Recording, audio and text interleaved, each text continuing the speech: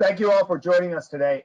And most importantly, I want to thank a really incredible series of really distinguished speakers. Zack Snyder would be jealous to have a Justice League like this. Really, we are so honored and so happy to present such an incredibly knowledgeable group to speak on this issue. We live in an age of great power competition. Republican president, Democratic president, tweeting, not tweeting, it doesn't matter. And in a competitive world, conventional and strategic deterrents are more important than ever. They are what prevents little problems from cycling into very, very big problems. The issue of strategic deterrence in an era of great power competition doesn't get near the attention it deserves. This may be the most informative, in-depth, and expansive discussion of what really could be one of the defining issues, strategic issues of our generation.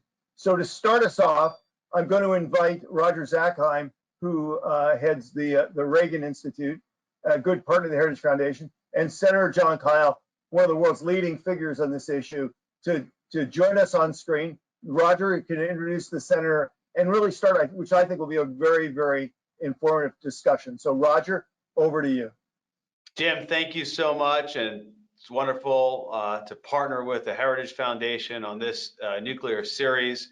It is my honor to welcome our guest today, Senator Jon Kyl, who many of you know from his time serving the U.S. Senate from 1995 to 2013. When he retired, he served as the Senate Minority Whip from 2007 through 2013. And during that time, he really was a champion of nuclear modernization issues. It was true throughout his career, but it was proved pivotal during that period of time, and we'll get to some of that momentarily.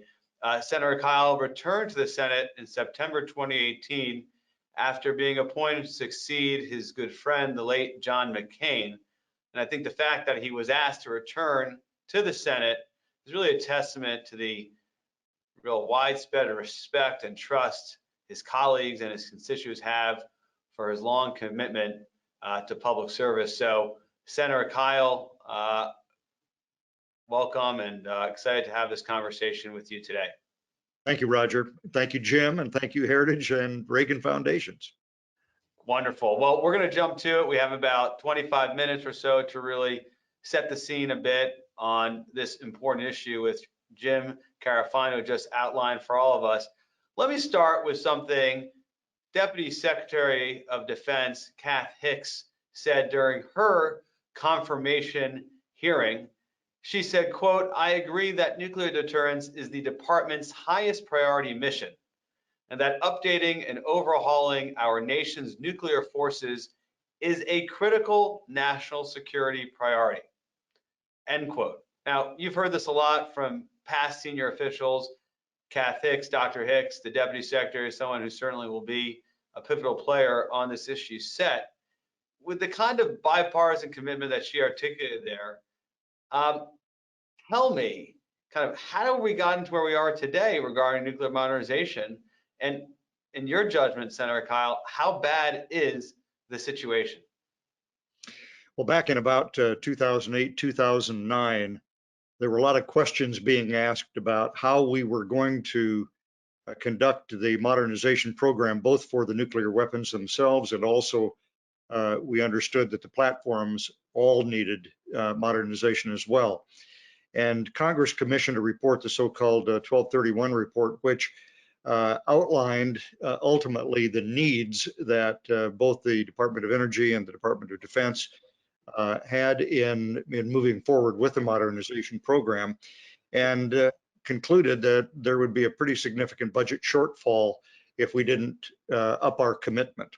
As a result of that report, when the administration, the Obama administration, began to discuss the possibility of a New START treaty, I engaged them, and others did as well, on the question of whether or not they would be supportive of the modernization effort that was called for in that report, because without it, clearly we couldn't join a New START or in any other way restrict our capabilities. Through a process of negotiation, we eventually agreed with the Obama administration, and the president sent a letter to the Senate outlining his support for the modernization program, presumably based upon that report. And for the first couple of years after the New START treaty was adopted, the administration did request in its budget submittals the funding for all aspects of the modernization program. Over time, that eventually waned, and it wasn't just the fault of the administration. There were some appropriators over in the House of Representatives who were not particularly helpful, and as a result, we began to fall behind. And by the time the Trump administration came in, we were in fact behind both in the weapon modernization itself and for the three aspects of our triad, the delivery systems. And I'll just say, Roger, just to conclude at this point, we brought the problem on ourselves by allowing these two needs to arise at the same time, both of which cost money. If we had moved forward with the weapon modernization first and gotten that out of the way, then we wouldn't have to worry so much about the expense of doing the platform modernization at the same time. But now we have both of them coming due. Both bills are due at the same time. Yeah. And as a result, we're going to have to devote more funding for that. And the Trump administration did increase the spending to some extent. Congress was somewhat helpful. So we've caught up to some extent, but there is literally no margin for error in finishing out the program, which will require about a 10 to 15 year commitment. Senator Kyle, I want to jump in on that in a little more detail, but on an administrative technical note, so our viewers can see you, who they want to see, and not just me, who they probably don't care to see. If you could accept the webcam share button, click on that, folks can see you, and there I see you've done it now. So we are good to go. Senator, you know, the New York Times, you were referencing this period back in 2010, where they wrote that the Obama White House might as well install a red telephone hotline in Senator Kyle's office or house because you were so pivotal on these issues. And, you know, they knew that if you were not satisfied with the administration's commitment to funding the nuclear enterprise, that you would likely not only just vote against New START, which you ultimately did, but actually encourage others to do the same. Based on your answer, it seems to me that you're not satisfied with how it all played out, reflecting on this 10 years later. Is that an accurate assessment? Obviously, there's some detail in there, but we haven't modernized in the way that you felt we needed to a decade ago. That's true, although I do want to make it clear that I agreed not to oppose the treaty on the basis of the commitment that the president did make. And as I said, for the first couple of years, their budget submittals did reflect the commitment made for modernization. The problem is that as I'll brag a little bit about the report that Dr. Hicks was involved in, Dr. Payne, others, myself, providing for the common defense. This was an analysis of our defense strategy after General and then Secretary Mattis developed the defense strategy for the Trump administration. We called in there for a 5 to 7% increase annually, and the implied period of time was about 15 years for this program to be completed. And the problem is that we haven't had that kind of funding. But both the unanimous recommendation of the strategic or of the Defense Commission report and the Defense Department and the Trump administration agreed that without this 5 to 7% growth, it was characterized at one point of 3 to 5% plus inflation. So if you add in at least 2% inflation, you've got a 5 to 7%. And that had to occur over about a 15-year period for the program to be completed. Unfortunately, we've fallen behind. And so we're going to have to maintain that commitment. And right now, we do not have the consensus that ostensibly existed back in 2010. Yeah, indeed, you and I worked on that National Defense Strategy Commission. I remember you being the leading voice on that commission. You mentioned Dr. Hicks. It was co-chaired by Ambassador Eric Edelman and Admiral Gary Roughead in terms of what we needed to do with respect to our nuclear enterprise. And I recall the National Defense Strategy and that National Defense Strategy Commission focused so heavily on nuclear modernization because the strategy itself and the challenges and the competition, as Jim Carafano referenced at the outset here, with China and Russia made the United States more reliant on nuclear weapons than perhaps we were prior to this era of great power competition, prior, to more reliant than perhaps we were a decade ago during the Obama administration. I want to read to you a couple of quotes and policies which suggest somehow that the new administration, the Biden administration, may be departing from that bipartisan consensus that was captured in that commission report. Senator Warren, for example, during her campaign, called for a, quote, no first use policy. And candidate Biden promised, quote, to reduce excessive expenditure on nuclear arms. And then recently, you may have seen the interim national security guidance. That is a document that came from the National Security Council as almost a foreshadowing of their national security strategy and their national defense strategy. Said, quote, we will take steps to reduce the role of nuclear weapons in our national security strategy. That would be a departure from the previous administration. Are you concerned? Do you think this is a sentiment that will find its way into administration policy, which and budgets, or is this kind of signaling to outside groups that want to see some language on this, but perhaps may not really make a significant impact on policy? What's your take after hearing those quotes? I don't know what's in the president's mind, and I don't know the extent to which he's going to drive this within the administration. There are some people like Dr. Hicks that you mentioned, and people who are on the Joint Chiefs and Secretary of Defense and others who put this as a top priority, who say the funding must be there and that the program must continue. There are others who are more ideologically oriented to the left, who would like to somehow see the problem go away and therefore we don't have to spend so much money on it. Well, it'd be nice if the Russians and the Chinese, the Iranians and the North Koreans would be cooperative, but unfortunately they haven't. We have two problems here.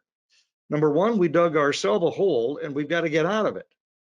And number two, our two most difficult potential adversaries, China and Russia, have been working very hard in the meantime to modernize their forces. According to one estimate, the Russians are about 86% complete in their modernization program, and the Chinese might, by the end of this decade, have doubled or tripled the number of their warheads. So they're both proceeding apace. You have a challenge from them, and you have a problem here in the United States because we don't apparently have a consensus on what needs to be done and a commitment to expend the funds necessary to reach our goals.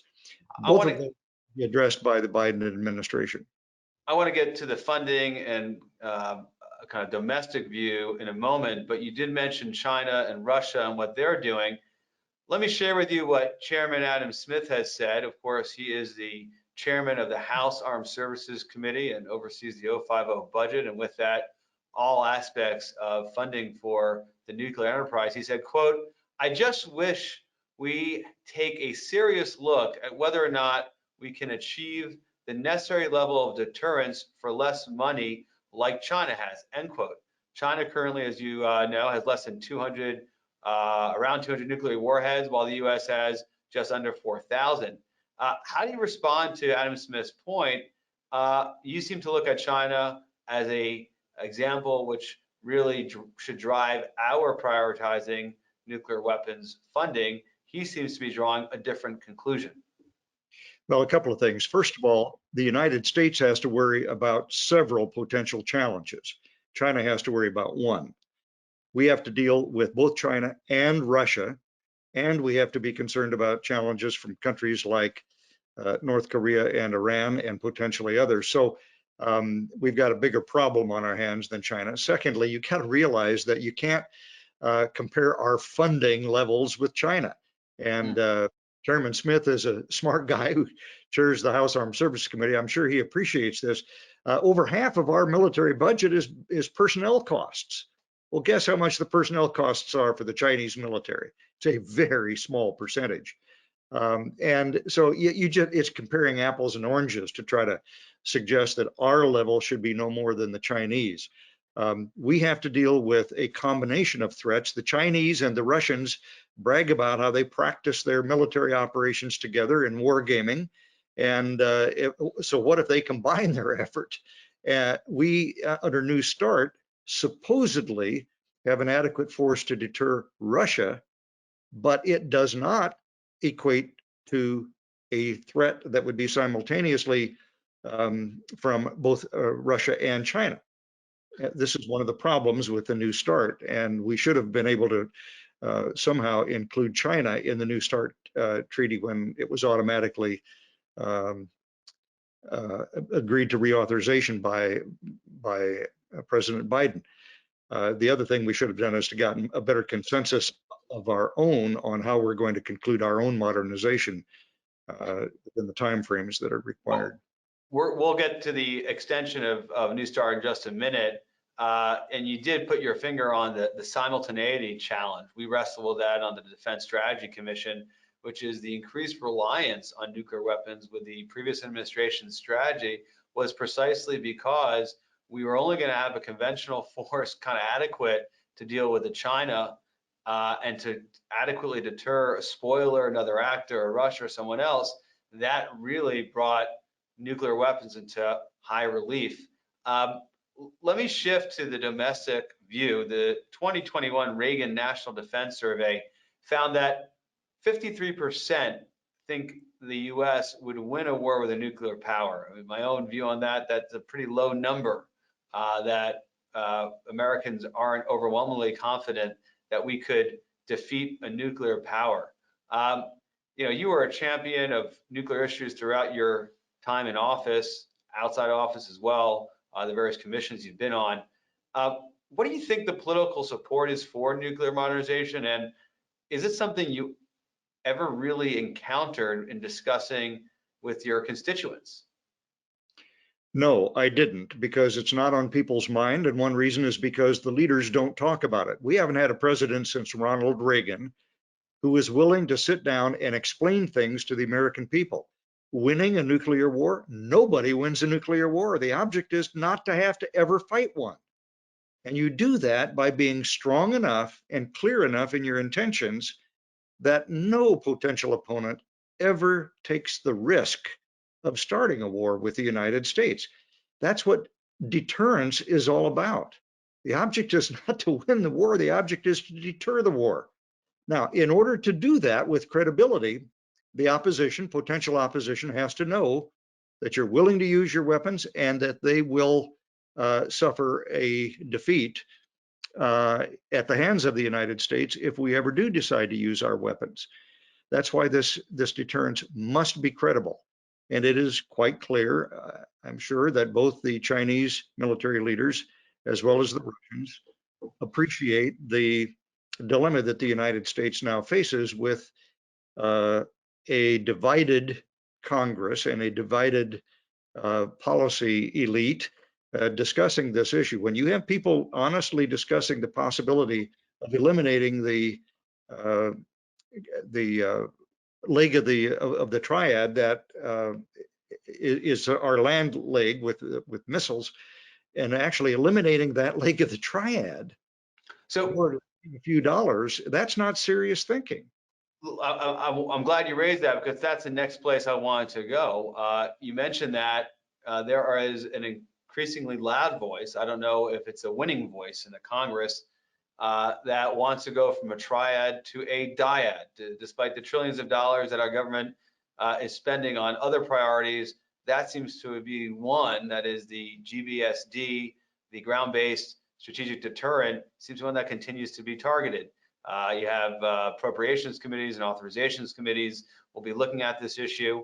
We're told from Ranking Member Mike Rogers in the House on the Armed Services Committee that there aren't the votes there to defeat the GBSD program, to move from a triad to a dyad. But Senator Kyle, what is the best argument as to why we need all three legs of the triad? Why is it? What is it that the critics don't understand that makes the ground-based deterrent so relevant and important even today? Well, in view of the time we have, I would hope that the next panel, which includes Dr. Keith Payne, who's the expert on this, in authoring the NPR and so on, can go into a little bit more detail. But the bottom line, I'll just make 2 points. One, China and Russia are both relying on a triad. They understand the importance of it. And up to now, every serious defense thinker has appreciated the fact that we need all 3 legs of the triad in order to provide the maximum deterrence. You want to prevent an opponent from ever believing that there's potentially something to be gained by testing the United States.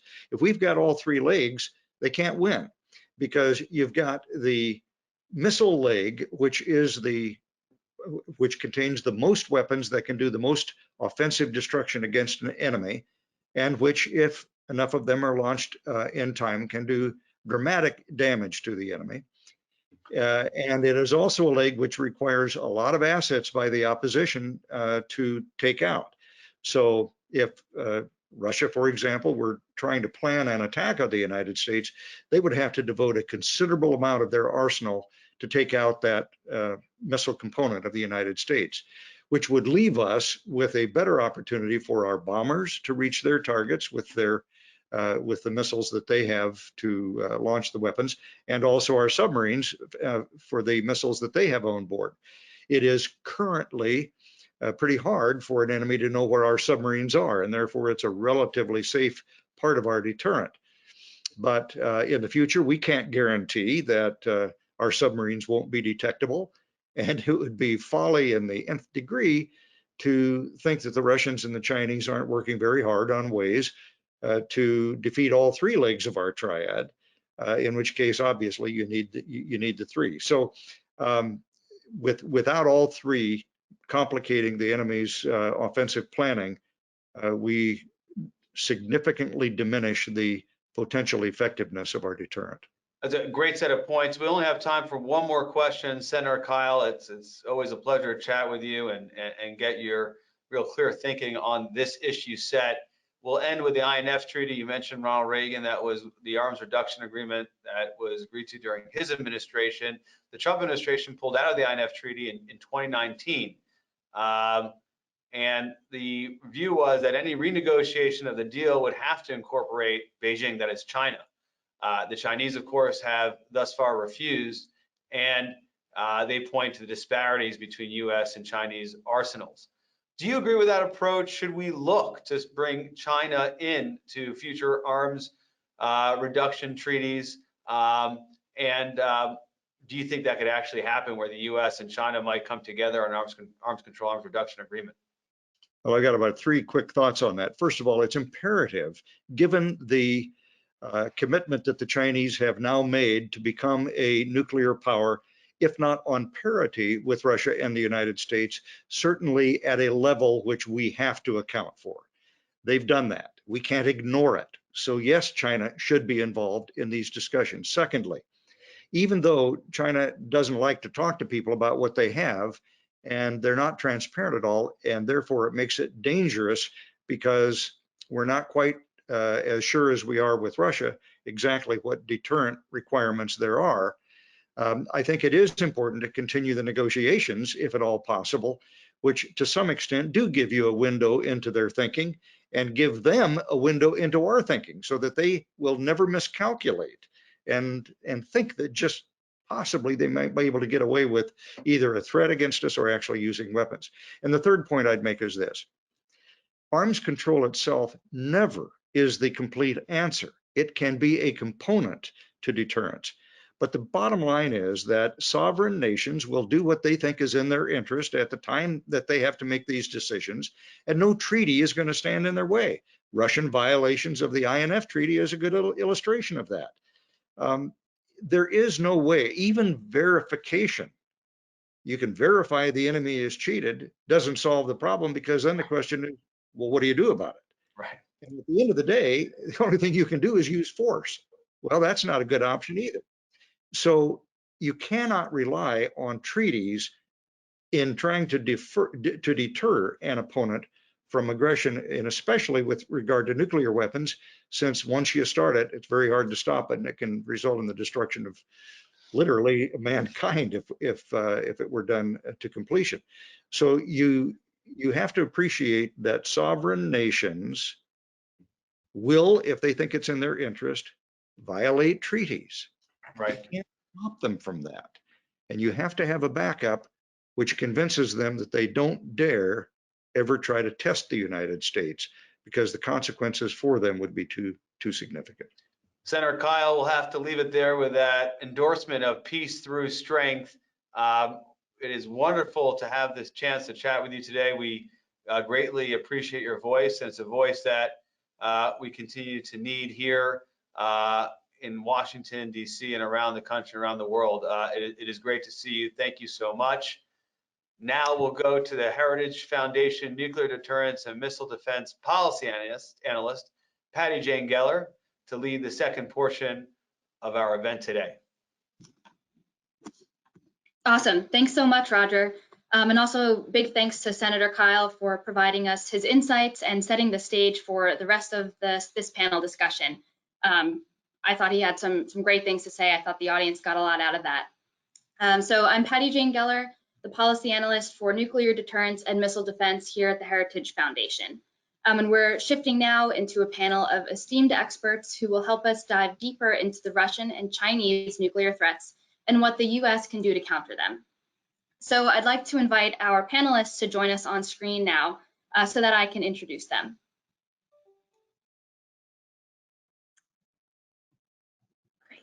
So first we have Rebecca Heinrichs, a senior fellow at the Hudson Institute who specializes in nuclear deterrence and missile defense.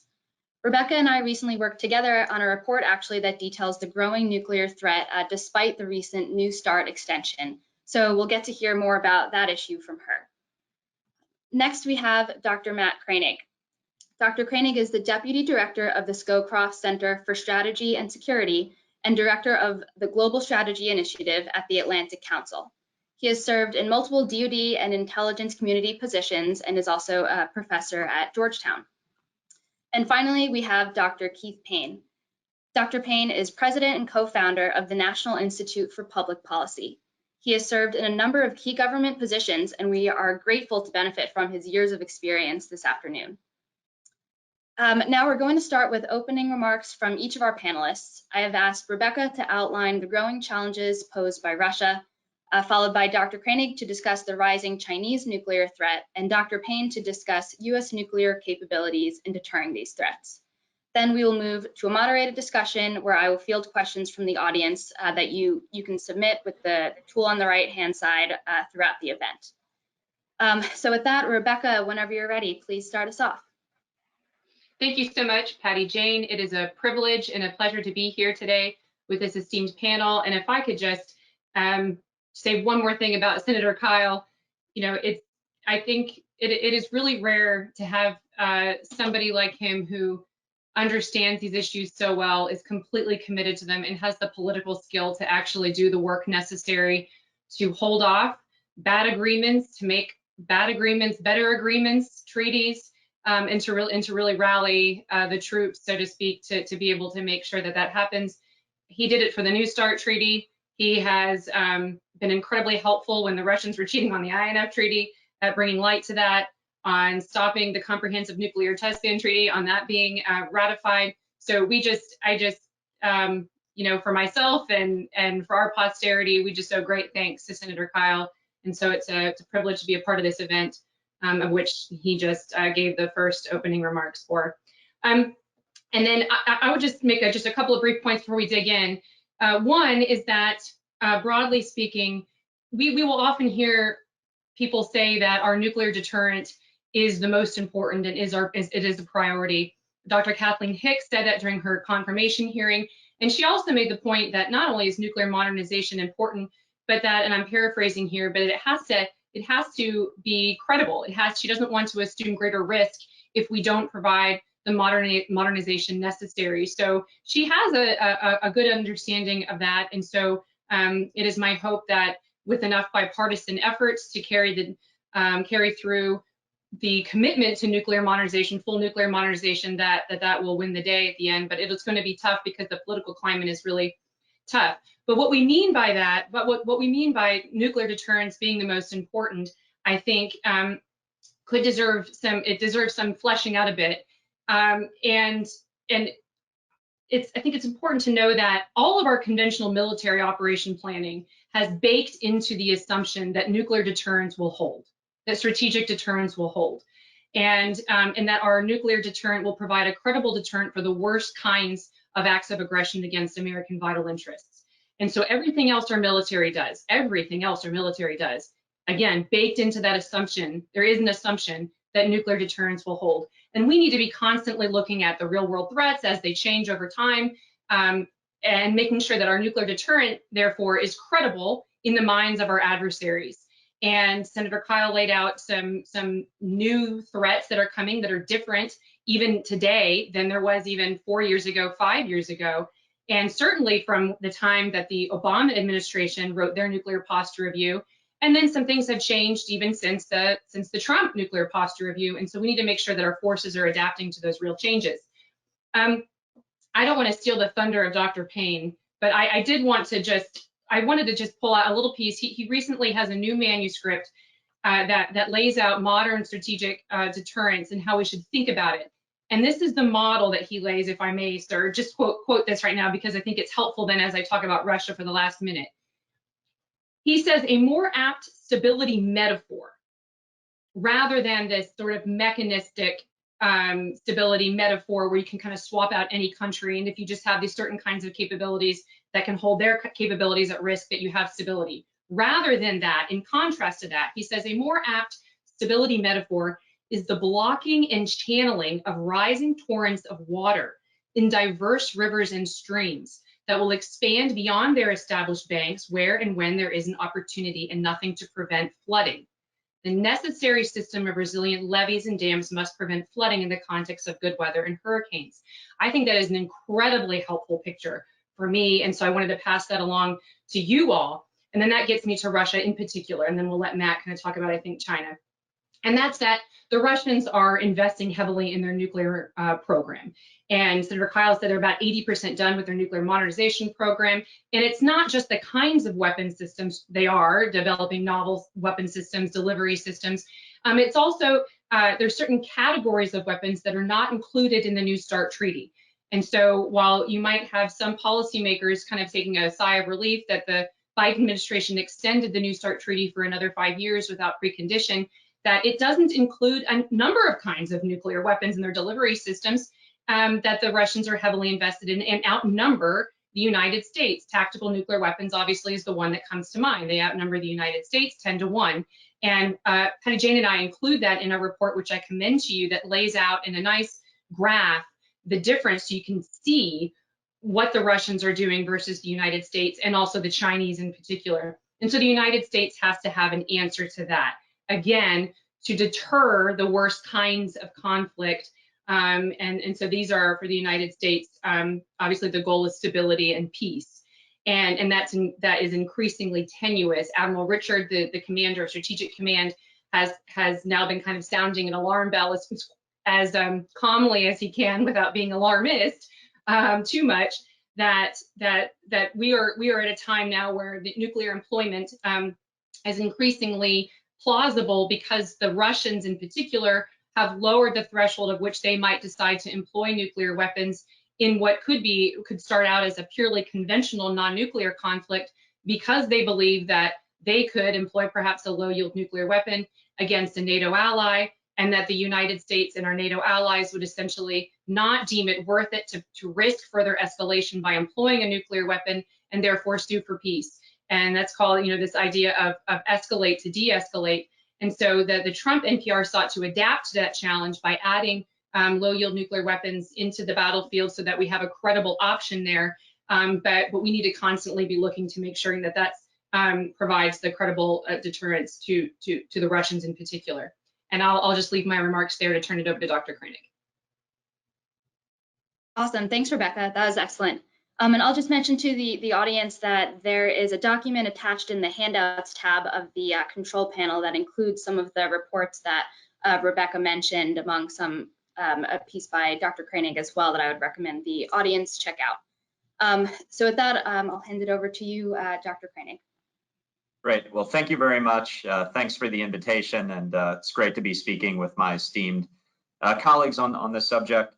I'm going to talk about the growing Chinese nuclear threat. And just a few years ago, when I would talk about the nuclear threats facing the United States and its allies, I would say that of the three major nuclear armed rivals, Russia, China, and North Korea, I was least worried about China a few years ago. I think that's changed. I'm probably most worried about China now. And so what I want to talk about today is kind of briefly the history of China's nuclear program, how that's really changing under President Xi, and both the threat in terms of capabilities and possible nuclear use scenarios that China poses to the United States.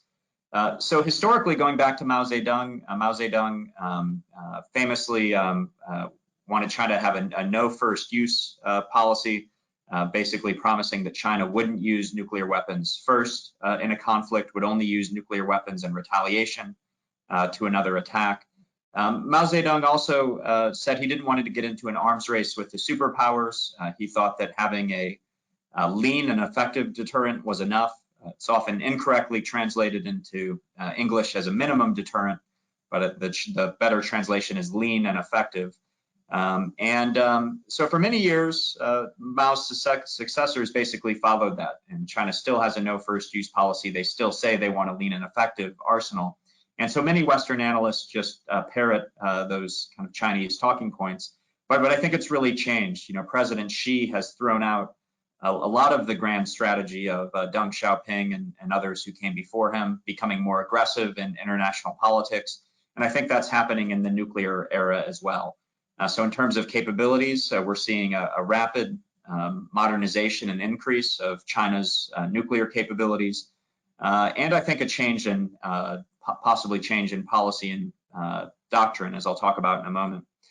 So the United States has said that China's strategic nuclear arsenal will double within the decade. Admiral Richards of Stratcom, in questioning from Senator Tom Cotton, said, well, maybe even triple or quadruple over time. And so for a long time, you know, we feared that if, as China tried to become a superpower, it would also want to build a superpower nuclear arsenal. It would want to sprint to parity. And not yet on you know, where it will reach parity with the United States, but it does seem like it's moving in that direction, and that's concerning. Moreover, China has arguably a theater nuclear advantage over the United States in the Indo-Pacific. It has hundreds or thousands of short and intermediate range missiles that could reach US bases, US allies, US forces in the Indo-Pacific. The United States currently doesn't have any theater nuclear weapons in Asia. We did during the Cold War, but we've taken them home. Now we have forward deployable nuclear weapons. We could potentially bring forward B-61 bombers, dual capable aircraft, but currently no nuclear weapons in Asia. And so China, in a sense, has a local nuclear advantage over the United States. If there were to be a conflict over Taiwan tomorrow, China would have nuclear weapons that it could use, whereas the United States would have to bring those from long distances or rely on strategic capabilities, which wouldn't be ideal in a local conflict. So worried about the growth in China's nuclear capabilities. This may be the beginning of a sprint to parity. And then just talk a little bit about the scenarios, because some American analysts say, well, China has a no first use policy. There's nothing to worry about. As long as we don't use nuclear weapons, they won't use nuclear weapons. But I think there are a few things to worry about. So one, I have been in dialogues with Chinese experts who say, well, you have a no first use policy, but what if there's a major conflict in the region? What if the United States is conducting conventional strikes on Chinese command and control, on conventional missiles, maybe where you're co-locating nuclear missiles? And they've said, well, in that kind of scenario, maybe we would use nuclear weapons first. So no first use is kind of a glass half full, glass half empty. You know, the United States says we do not have a no first use policy because there's a narrow range of contingencies where we would use nuclear weapons first. China essentially says we do have a no first use policy, but there are a narrow range of contingencies where we would use nuclear weapons first. So in short, I don't put a lot of stock in their no first use policy. I think they might use nuclear weapons first. And especially if you imagine a Taiwan scenario where they try to invade Taiwan, it's going poorly for them. If China thinks that using nuclear weapons could help them to win the war, to blunt U.S. military power, to maybe shock U.S. leaders into backing down, I think they would find that attractive. You know, Russia has basically developed this escalate to de-escalate strategy. China could do something similar. In fact, the last nuclear posture review did talk about how China might use nuclear weapons in a kind of limited way, and that the United States needed flexible capabilities to stop it. The other thing I would say is that the United States, of course, doesn't have a no first use policy. We say nuclear threats, nuclear use are on the table to deal with our rivals. And so if there's a major war with China over, say, Taiwan, the United States might want to use nuclear weapons, potentially use nuclear weapons against Chinese invading forces. And then the challenge would be one of intra-war deterrence. How do we deter China from attacking the U.S. homeland? Can we keep the conflict limited? So I think I'm nearing the end of my time, but the last point I'd leave you with is the last national defense strategy said that the United States wanted to maintain a favorable balance of power over China in the Indo-Pacific, and I think that's the right goal. But I think many people thinking about the China challenge are thinking only about the conventional. But if China arguably has a theater nuclear advantage, and we're increasingly vulnerable at the strategic level, China's ability to nuke the U.S. homeland is growing, then it's hard for me to see how we maintain that favorable balance of power. I think a favorable balance of power also means maintaining favorable balances at the highest end of the escalation rungs, including at the strategic and theater nuclear levels. So I'll end my remarks there and very much look forward to remarks from Dr. Payne. That was great. Thank you, Dr. Koenig. And then finally over to Dr. Payne. Thank you, Patty Jane. It's a pleasure to be on a panel with such excellent speakers, and particularly to share virtually the stage with the great Senator Kyle. Let me start with a caveat, and that is everything I say these are all my personal opinions and not necessarily reflect the views of any institution that I am associated with or have been associated with. And with that caveat out of the way, let me start with my conclusion, and that is that the West now faces an unprecedented nuclear threat context and deterrence challenge. It's unlike anything we faced during the Cold War. How is that? Let me explain. Opponents' nuclear weapons can be more or less threatening, depending on how those opponents think about nuclear use. That's at least as important for deterrence considerations as the weapon's technical characteristics, which is what we usually focus on. And unfortunately, opponents now appear to think of nuclear weapons in a new and more dangerous way. The old familiar Cold War balance of terror notion of deterrence provides very little useful guidance for how to proceed in this new threat context. And what is that? Well, contemporary great powers and rogue states seem not to acknowledge the deterrence restraints that we in the West assume a balance of terror will place on all rational leaderships. Russia, for example, has been explicit in using nuclear threats to push its goal of changing the existing international order. Russia's coercive use of nuclear threats goes well beyond the Cold War's assumed stable deterrence exchange that if you strike me, I will retaliate massively. That was the assumed and largely defensive use of deterrence in Western policy. However, the coercive nuclear threat Russia now brandishes is, if you resist my expansionist encroachment, I will strike you. This is an offensive, coercive nuclear threat unlike anything we faced during the Cold War, and it presents an unprecedented challenge for US deterrence strategies and capabilities. Russia appears to see nuclear first use threats as the way to paralyze prospective NATO military opposition in the event conflict erupts from Russia's expansionist drives. This is euphemistically referred to, as was noted earlier, as de-escalating a conflict. But it's important to understand that the conflict is de-escalated because the West stands down. This is not a defensive deterrence strategy. It is a strategy to defeat Western will and to enforce a relatively unchallenged route to changing the international system. This type of thinking is a direct contradiction of our familiar Cold War notion of a stable balance of terror, which provides no guidance here because its fundamental presumption is that no rational leadership could think about nuclear weapons in this way.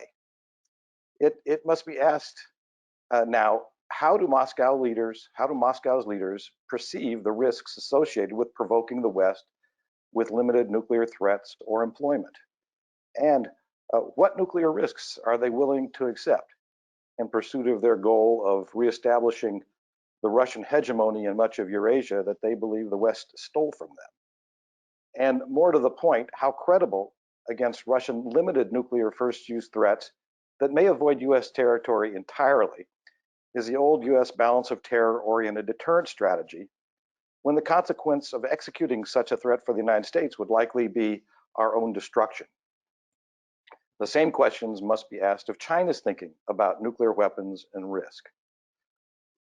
This situation suggests a significant hole in any US deterrence strategy that's based on confidence in the old stable balance of terror thinking. Now, I acknowledge this may sound nebulous, but it is a stark real-world problem. Much of our defense planning, as Rebecca rightly noted, is predicated on the assumption that strategic nuclear deterrence will prevent opponents' nuclear use. If that expectation is mistaken, we have a breathtaking deterrence problem. I fully agree with the point Senator Kyle made and that President Reagan made earlier. A nuclear war cannot be won and must never be fought. So what? So Western strategies and capabilities, nuclear and non-nuclear, must now be structured to credibly deter this so-called red theory of victory. This is a new deterrence requirement for Western policies and capabilities, and our understanding of deterrence must catch up to this geopolitical reality.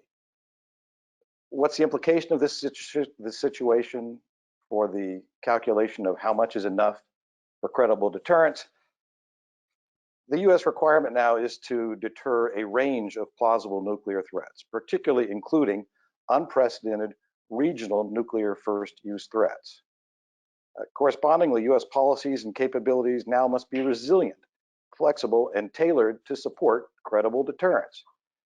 That requirement puts a premium on the deterrence value of the nuclear triad and on NATO nuclear forces for the resilience and flexibility they can provide. That's the goal underlining the Obama and Trump administration's programs to rebuild the aged US nuclear force. Until fairly recently, the United States has been on what some describe as a 30-year holiday away from strategic thought and movement. Opponents have not reciprocated the clearly expressed US desire for further nuclear reductions and disarmament. In fact, they've gone in the opposite direction for well over a decade. Are the current Obama and Trump programs adequate to sustain deterrence now? That's the bottom line question.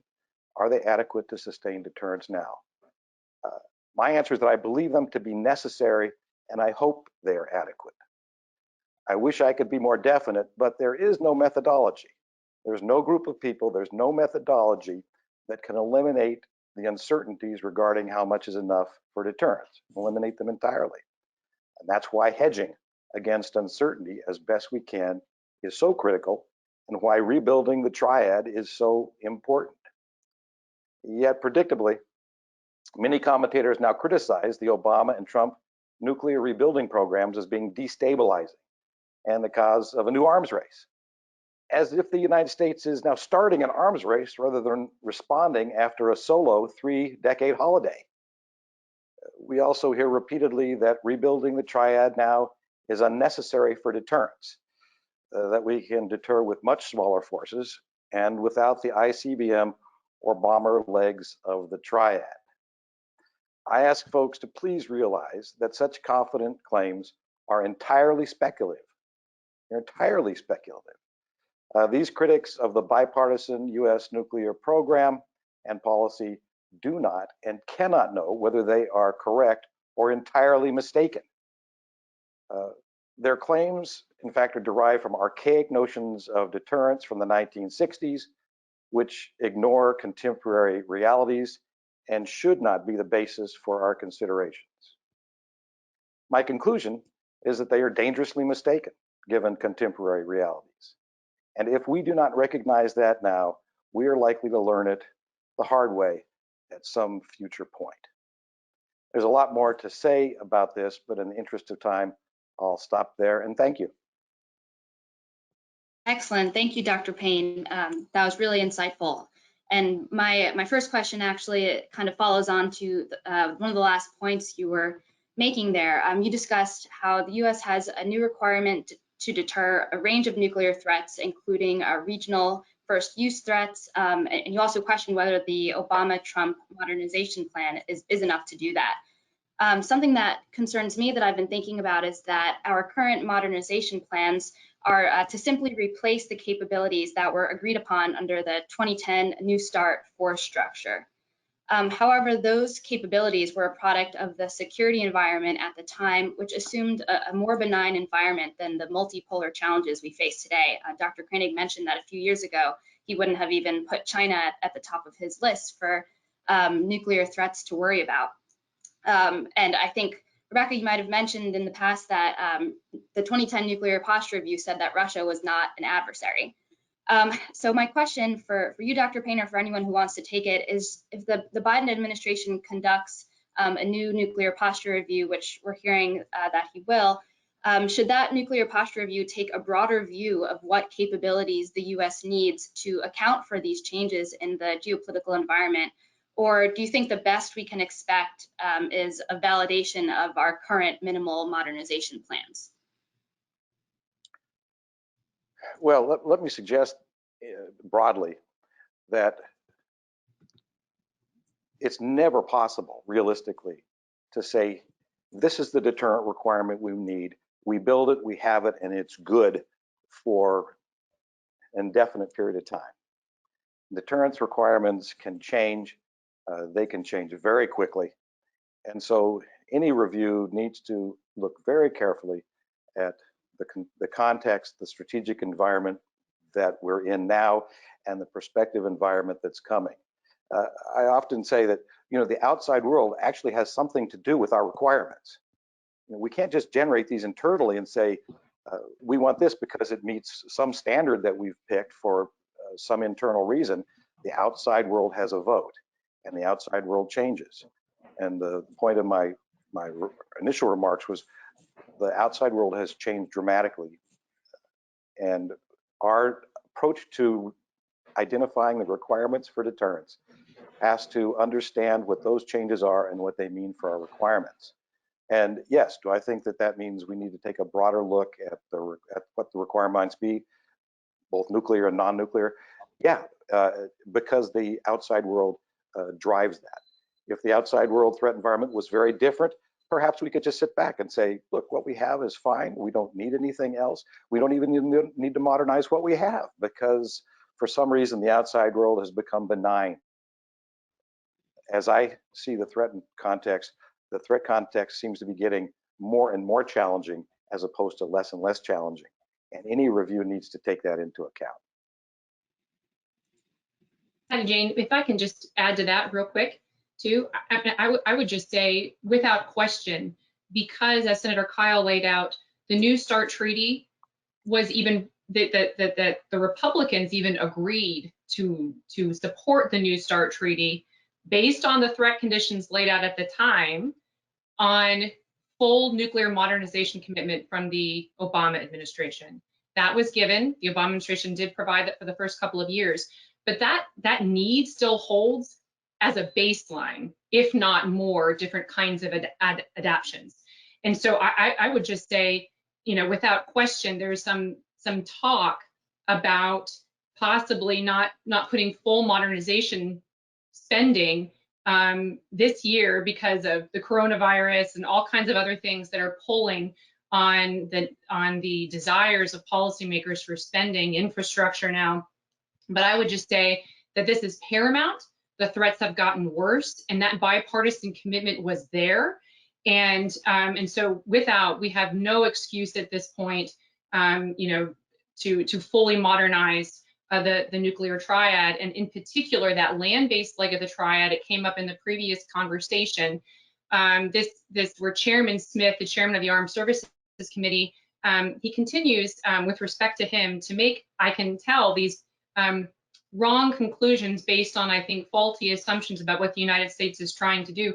We can't compare our nuclear modernization plan to the Chinese, because to Dr. Payne's point, and to what Matt just said too, we're different countries with different objectives, different priorities, different concepts of risk and what we're trying to do, different desires to deter the employment of nuclear weapons, and we have different obligations. The United States provides nuclear assurances to allies, and that helps to satisfy non-proliferation objectives, that we don't want some other countries to obtain their own nuclear weapons. And so we devise a nuclear posture that in part can meet the assurance needs of our allies who rely on that nuclear umbrella.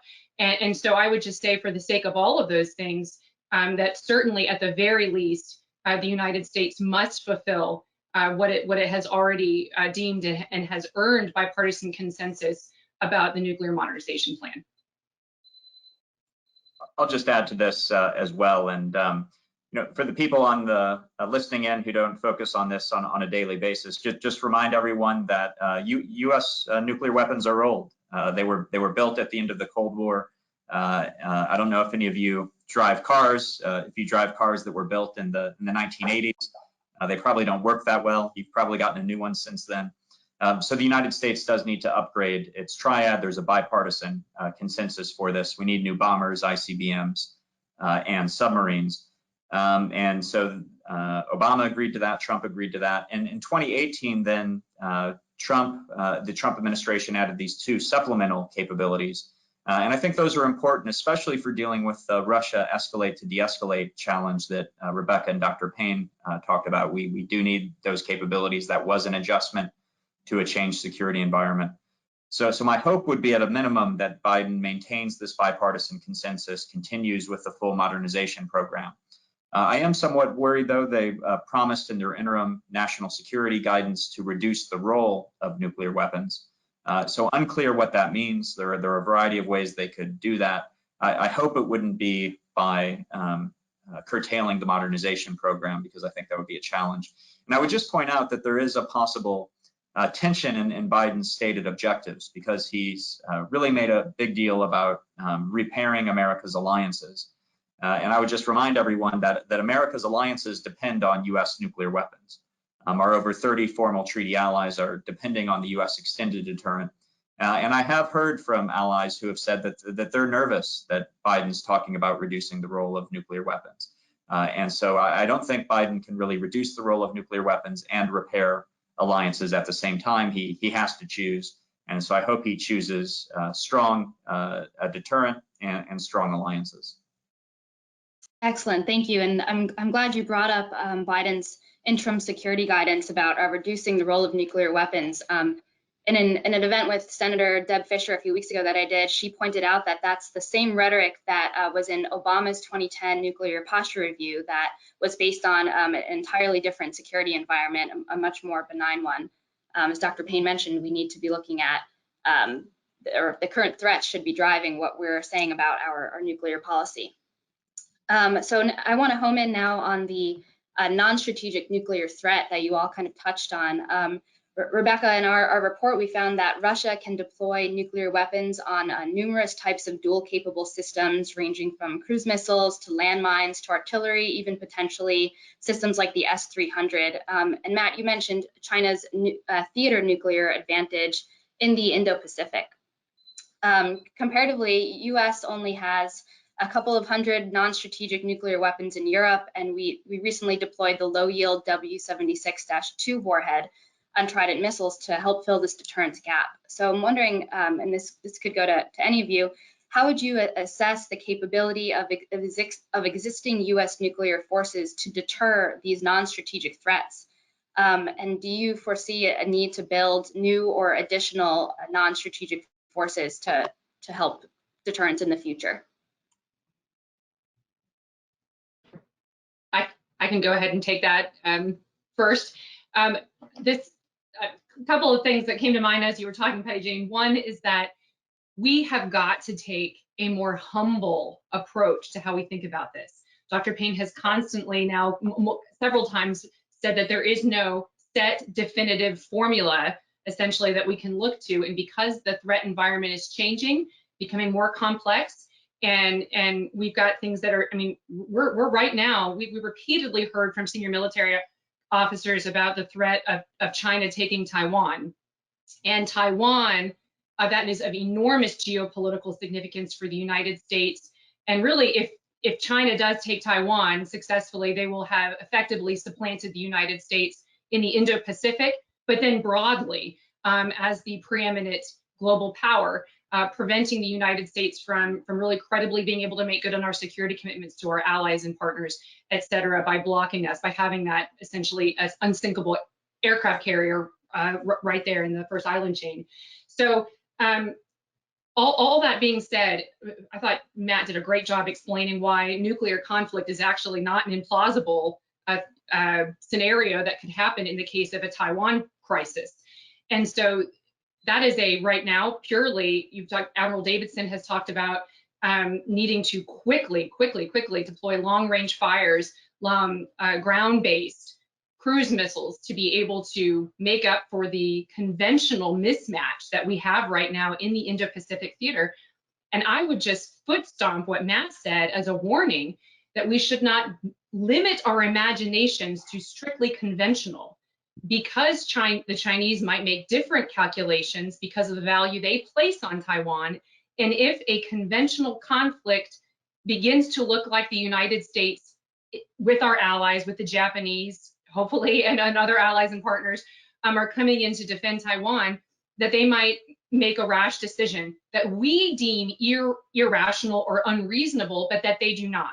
And so that we need to not be so hubristic about being certain about what the Chinese might do in that scenario. And so with that, we should make sure that we have nuclear capabilities to fill out that escalation ladder so that we can have a credible option in the event we need to try to de-escalate a situation that has gone nuclear, so that we can win on terms most favorable to the United States. And so I think we should be seriously looking at that. I hope that answers part of your question, Patty Jane.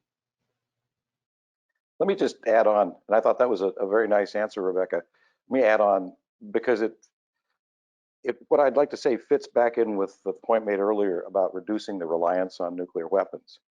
Because what that often suggests, and what was suggested in the past when that was presented as a goal, was that we're going to emphasize more conventional forces, non-nuclear forces, for the purposes of deterrence, as opposed to emphasizing nuclear forces, and that way we can step back from reliance on nuclear forces for deterrence, right? That's the usual logic, and it fits in with the point that Rebecca just made. Let me just suggest, and I can do this very briefly, why that argument really is incoherent. It's an illogical argument. I mean, I'm all for conventional forces for deterrence purposes. So don't read this as suggesting that I think that conventional forces aren't useful for deterrence. They can be very useful for deterrence.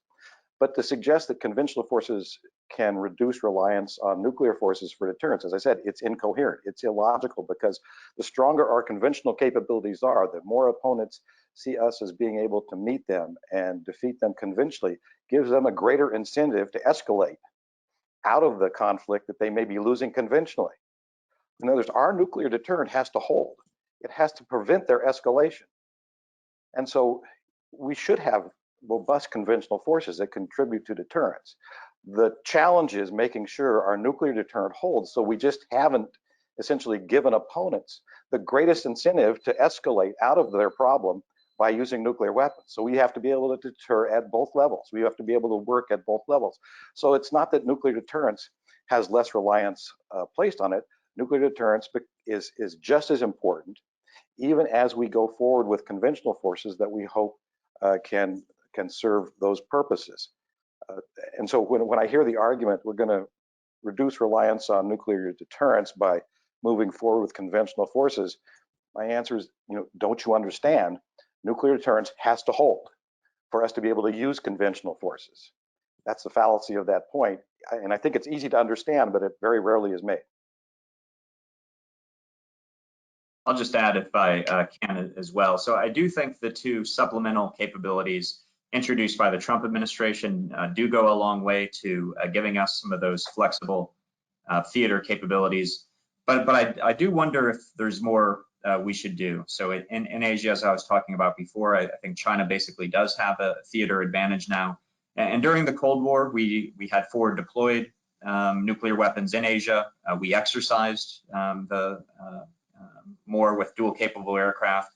And so I think those are other options we could maybe consider, if not forward deploying, which some people think would be going too far, at least exercising the capability and showing China that we do have other options in the theater. And then looking at Europe, for a long time, for decades really, we've thought it was important that NATO kind of as an alliance have capabilities. And so we have the forward deployed US nuclear weapons there. And then we have the NATO allies that have dual capable aircraft that can deliver conventional weapons or B-61 gravity bombs. But as Russia's air defenses improve, I think there are real questions about our ability to get gravity bombs over targets in the likely conflict zones in Eastern Europe. And so I think at some point, we need to make a decision. Do we want NATO to be a nuclear alliance still, or is it just going to rely on US and British nuclear weapons?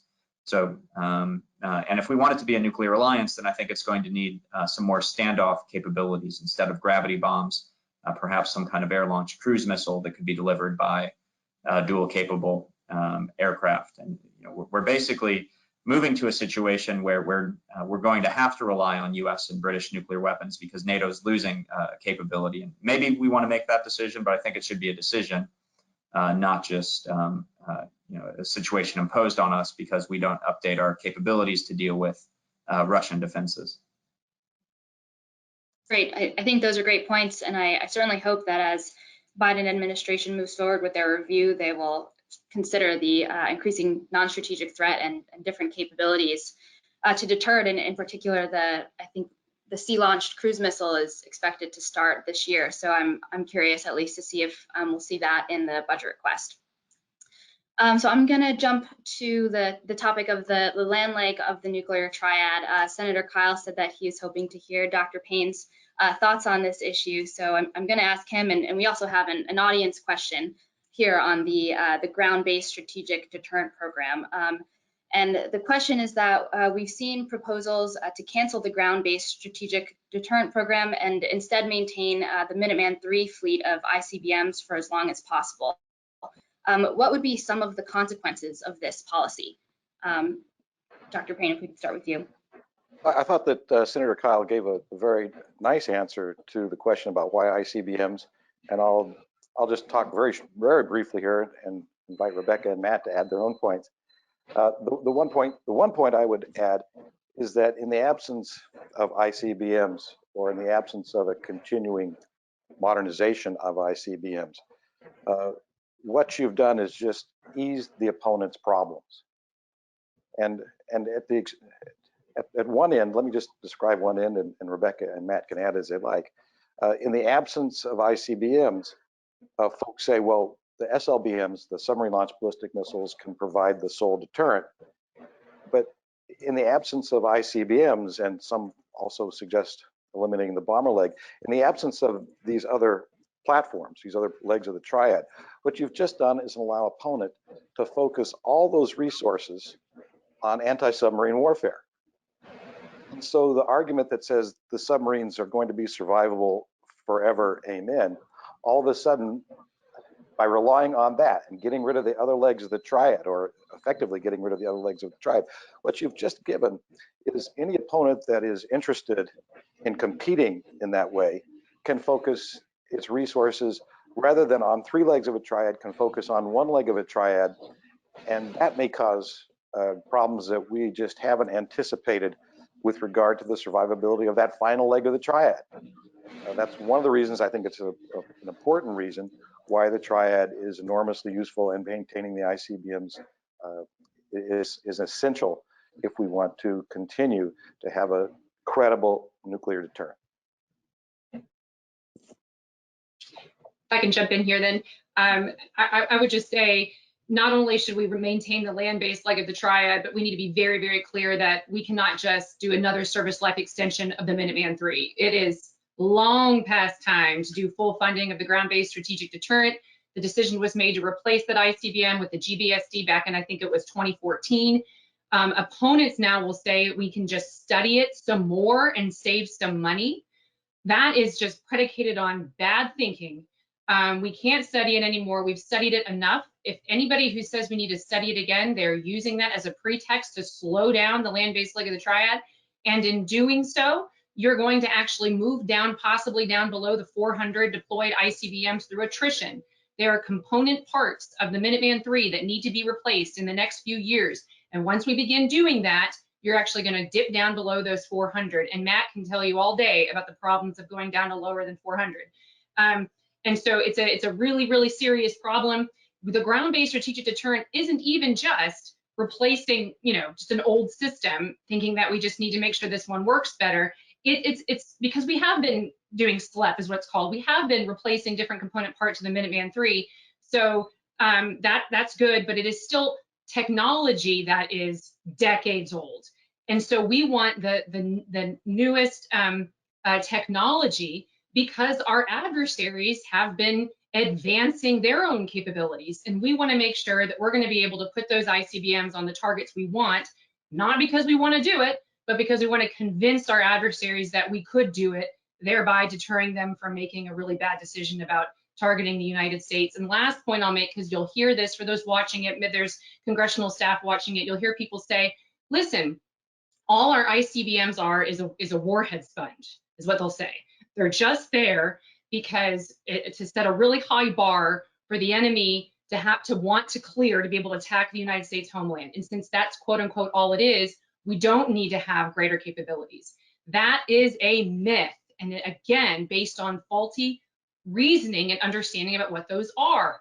The reason that an adversary would want to target them is because they would believe that they could successfully put a warhead on a target. And so you want to make sure that you're using the latest, best technology to be able to convince, again, not ourselves, the enemy of what capabilities we have to be able to dissuade them from acting against the United States and their interests in the worst possible way. So it is long past time. We got to have the ground-based strategic deterrent to be able to have that land-based leg of the triad that has earned bipartisan consensus and is still salient today. And I'll add to this too, and I just published a report with the Atlantic Council called The Downsides of Downsizing, Why the United States Needs 400 ICBMs, and I believe it's in the handout, so thanks for sharing that with the audience, Patty Jane. I'll make a couple of points. One, it's interesting that Americans think that ICBMs are somehow expendable. And if we look at other nuclear powers, Russia and China see their ICBM leg as the most important leg of the triad. And so, what is it that they appreciate about it that we don't?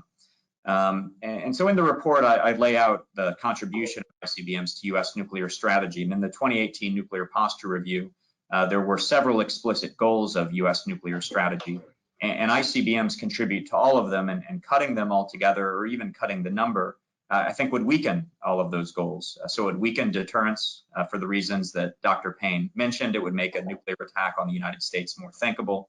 For Russia, as China increases the size of its arsenal, might make put a nuclear attack within reach of China's capabilities. Assurance of allies. At a time when many allies are questioning whether America is willing to play its traditional role in the world, is it willing to defend allies?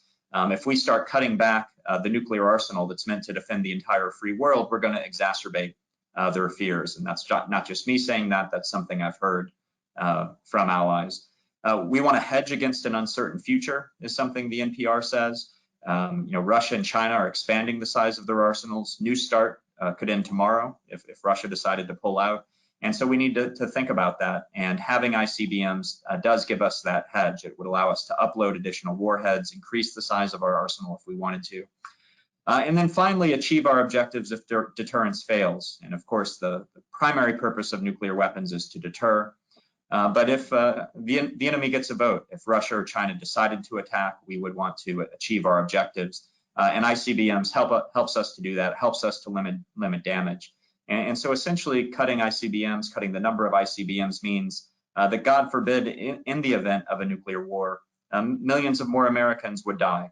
Whereas if we had just kept those ICBMs, we could save lives. So I think for all of those reasons, a strong ICBM force makes a lot of sense for U.S. nuclear strategy. And if I could hop in here, if I could just real quick on cost, just to, for those of you watching, when we talk about modernizing the entire nuclear triad, it's about 6-7% of the entire national defense budget. The ICBM leg is a tiny fraction of that incredibly reasonable amount for what we're getting. And so you should reject that argument too, that it's simply not affordable. Thanks, Rebecca. Yeah, and I think that 6% is at nuclear modernization's peak too, not even throughout the entire process. But I wanted to follow up. If I could just add in the report, I point out that Americans spend much more on Doritos, Cheetos, and Funyuns every year than we're planning on spending on ICBM modernization. That's a great point we need out there. And then lastly, on the GBSD issue, I wanted to follow up with you, Matt. In your report, the argument that I found most compelling was that reducing the U.S. ICBM fleet would free up about 200 Russian warheads to retarget to U.S. Cities and populations, which I found alarming. Can you explain quickly this logic to the audience? Well, in the event of a nuclear war, Russia would likely want to attack U.S. nuclear weapons so that we couldn't use them against Russia in a first strike. Now, outside analysts, as a rule of thumb, assume that it takes 2 offensive warheads to target an enemy warhead, because what if you miss? What if the warhead doesn't go off? What if you don't kill the target? So you want some redundancy. So if Russia was going to launch a major nuclear attack on the United States, it would need to allocate 900 warheads to cover the 450 ballistic missile silos. So that's like 60% of Russia's arsenal. So that's a lot of warheads that aren't going to other things. If we cut by 100, which is what some people are proposing, then that frees up 200 Russian warheads to do other things. So they could use those to attack other US cities, again, killing millions more Americans. They could try to hold them back to deter US retaliation. And so, cutting our deterrent weakens our deterrent. It's pretty simple. Excellent. So we had 2 members of the audience ask a question about engaging China on arms control. As we know, engaging China on arms control has been a goal of the previous and current administrations, but China has thus far refused to participate in arms control discussions. And whoever wants to take this, what do you think it will take to incentivize China to enter into arms control discussions with the US? I can add something on this. I had a report on trilateral arms control with the Scowcroft Center as well. So I think if arms control is going to matter in the 21st century, it has to include China. It's not the 1970s anymore. It's, Russia's not the only nuclear threat. We see China as the primary rival. So if we want arms control to matter, we have to include China. But it's going to be very hard. They have no history of arms control. They haven't expressed much of an interest in arms control. So I think it's worth pursuing, but I think we need to be realistic that we're unlikely to get anywhere. And I think in the short term, baby steps might be all that's possible. Maybe strategic security dialogues with Russia and China. Some have proposed the idea of bringing Chinese experts along to New START visits so that they get a sense of how verification is done. I think it's a noble goal. I think it's going to be hard, and baby steps are all we can expect in the near term. I'm happy to add generally by going back to a quote from Herman Kahn in 1960. And I'm paraphrasing it because I don't have the exact quote in front of me, but Herman said, if you actually want to be successful in arms control, you have to look so capable to your opponent that the opponent chooses to work with you as opposed to working against you.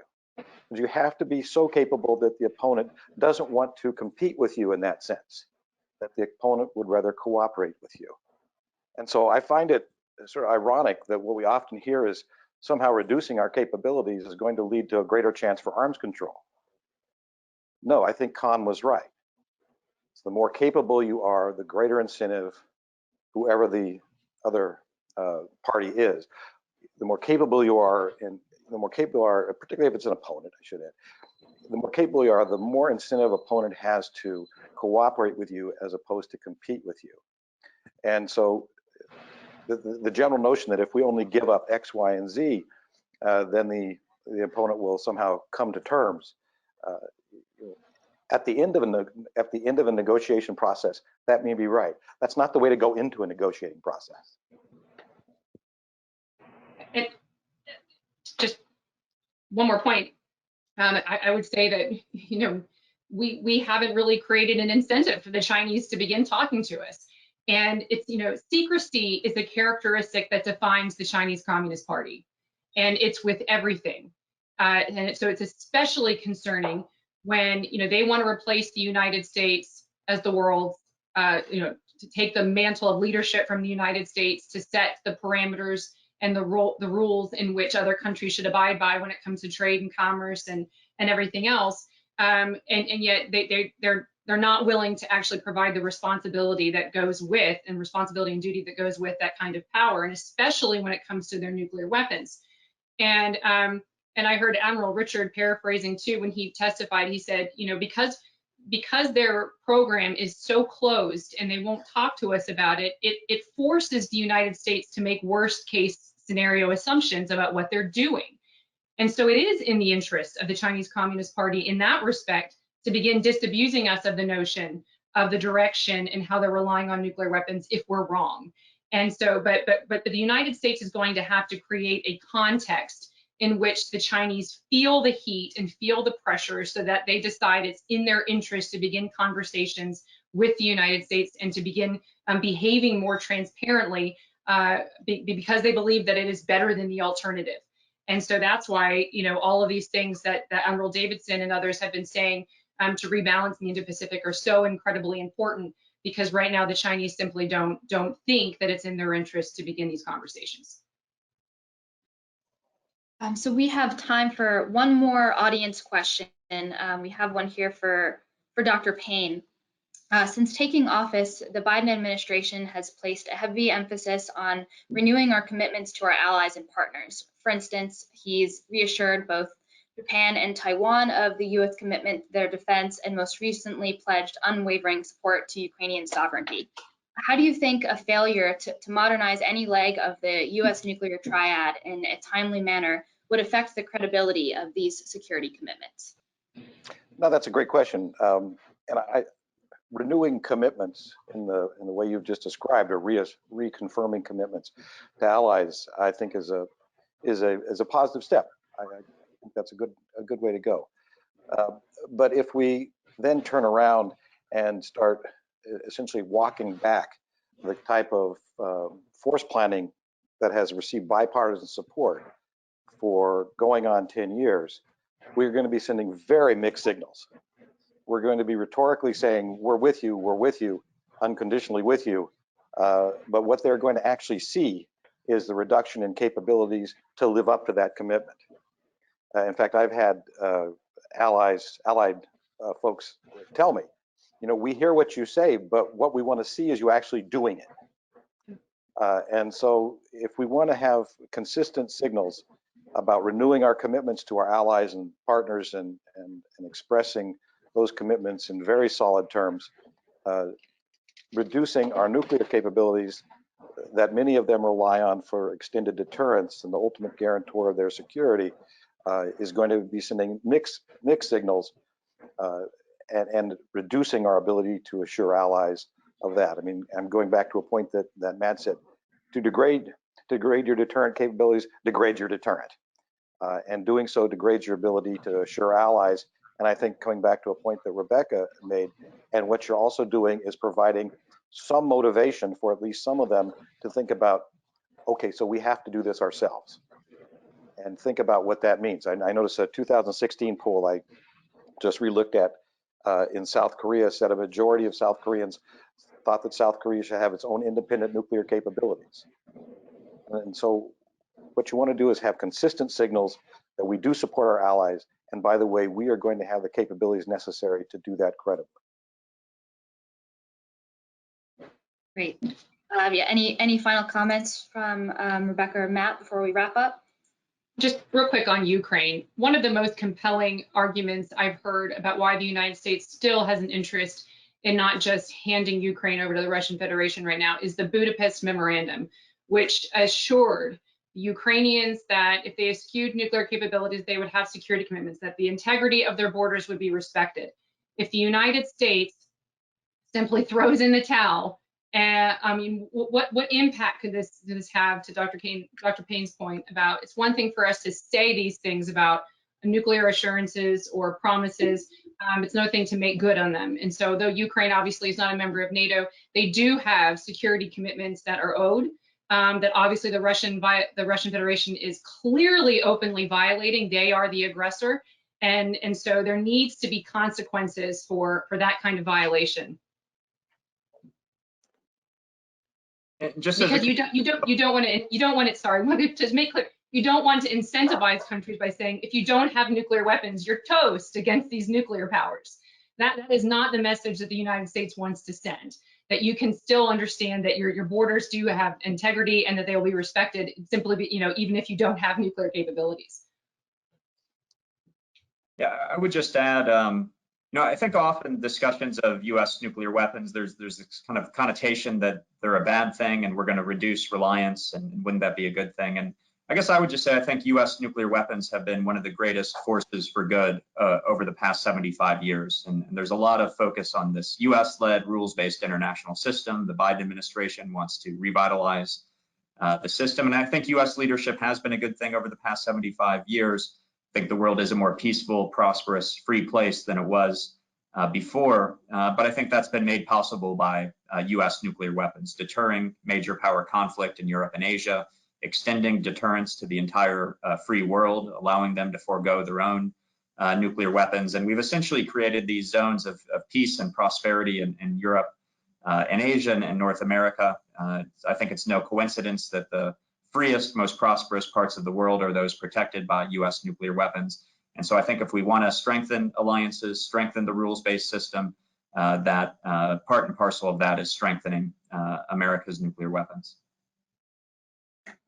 Patty, let me add on a point, and this just take a second to what Matt said. And I go back to a statement from one of my early professors. It was Professor Ken Waltz, the late Ken Waltz, and who was no hawk. And what Professor Waltz said was that all of the talk against nuclear weapons seems to ignore the great value they have provided to countries for maintaining peace. He said, yes, if you don't like particular aspects of nuclear weapons, voice your opinion, but realize the great value they've provided in providing peace for countries to live and prosper in a peaceful context. I think that's a great note to conclude on. This has been really excellent. Thanks so much to the three of you for participating in this event, and also thanks to the audience for joining us today. I want to remind the audience to join us for part 2 in this event series on April 14th, where we'll turn to the threats posed by Iran and North Korea. So thanks again to everyone, and have a great day.